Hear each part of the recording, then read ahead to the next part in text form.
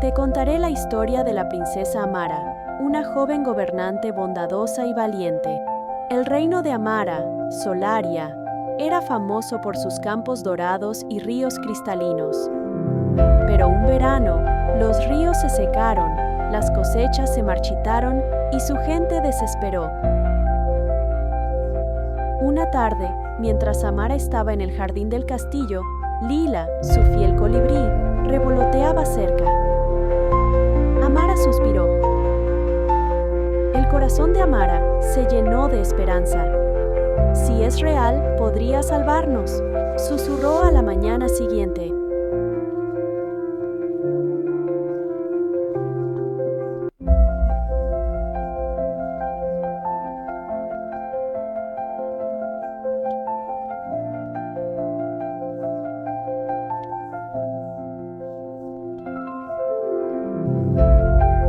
Amara se adentró en el bosque.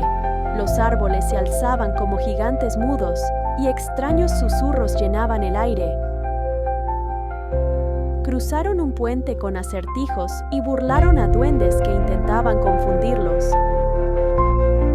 Al fin, oyeron el suave rugido del agua. Ahí estaba, la cascada oculta, con corrientes plateadas y brillantes. Pero al acercarse a Amara, apareció un guardián brillante, probando su determinación. ¿Por qué buscas el deseo?, preguntó. Por mi gente, respondió Amara sin dudar. Necesitan agua para sobrevivir.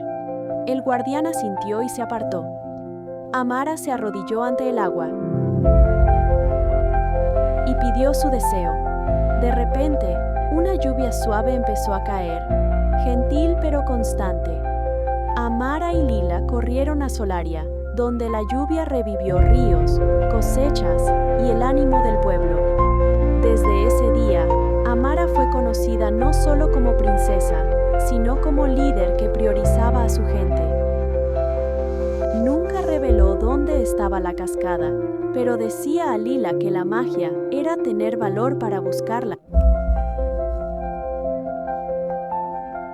Si oyes rumores de una cascada mágica, ¿tendrías el valor de buscarla tú también?